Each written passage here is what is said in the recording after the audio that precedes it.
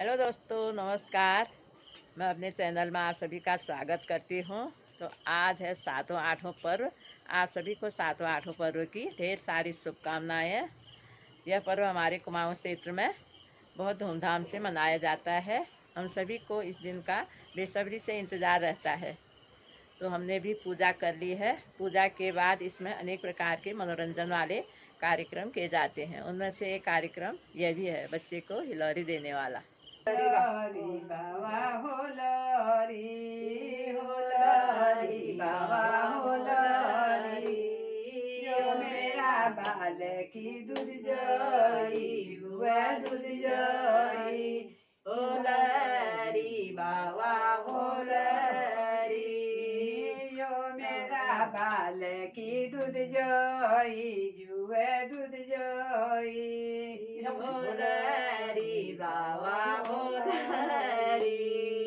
यो मेरा बाल की केल कोसी जुए केल कोसी होलरी बाबा होलरी बाल की बेलाहारी झूल होलरी बाबा रे होलरी यो मेरा बाल की बेलाहारी झूल होलरी बाबा होलरी बाबा छोड़ी दूल बाबा कह फूल होलरी बाबा रे होलरी खेती छोड़ी दूल भात कह फूल होलरी बाबा रे होलरी यो मेरा देरानी यो जिठानी